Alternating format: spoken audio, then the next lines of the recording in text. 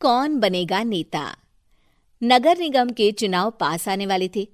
पूरे कानपुर शहर में टिकट को लेकर मारामारी शुरू थी, लेकिन सबसे ज्यादा चर्चा में वार्ड नंबर 40 की सीट थी। वो इसलिए क्योंकि इस बार वहां की सीट महिला के लिए आरक्षित थी। अब सवाल ये था कि चुनाव लड़ेगा कौन।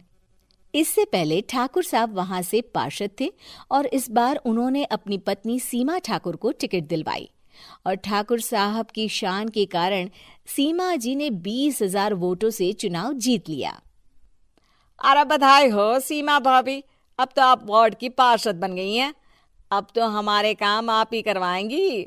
अरे ये तो सिर्फ नाम की पार्षद बनी है, वो तो महिला सीट आ गई, वरना पार्षद तो मुझे ही बनना था। अब भले ही चेहरा इसका होगा, लेकिन पावर तो मेरी ही होगी। अरे वाह भाई साहब, क्या दिमाग लगाया है आपने भी। आइए आप लोग, खाना लगा दिया है सबके लिए। सीमा जी पार्षद बन चुकी थीं, फिर भी उनकी एक ना चलती। सारे काम ठाकुर साहब खुद ही संभाल लेते और जहां जरूरत पड़ती वहां सीमा जी का अंगूठा लगवा लेते। सीमा जी ज्यादा पढ़ी लिखी भी नहीं थी। एक दिन ठाकुर साहब और सीमा एक प्रोग्राम में जाते हैं। अरे ठाकुर साहब, आप आ गए। ओहो, पार्षद मैडम भी आ गई हैं। स्वागत है आप दोनों का। लगता है हमारे पार्षद फंड का सही इस्तेमाल हो रहा है। चलिए अब उद्घाटन करते हैं। ये लीजिए ठाकुर साहब कैची, आप ही सबसे पहले प्रवेश कीजिए। सब लोग आगे निकल जाते हैं और सीमा जी पार्षद होने के बावजूद भी पीछे खड़ी रह जाती हैं। वो देखती हैं कि वेलकम बोर्ड पर उनका नाम है, लेकिन महिला होने के कारण कोई उनका सम्मान नहीं कर रहा।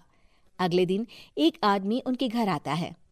अरे ठाकुर साहब नमस्कार। कल ना हम नोटिस किए कि हमारा घर तो अवैध है और नगर निगम वाले उसे तोड़ने आ रहे हैं। अरे कुछ कीजिए ना ठाकुर साहब।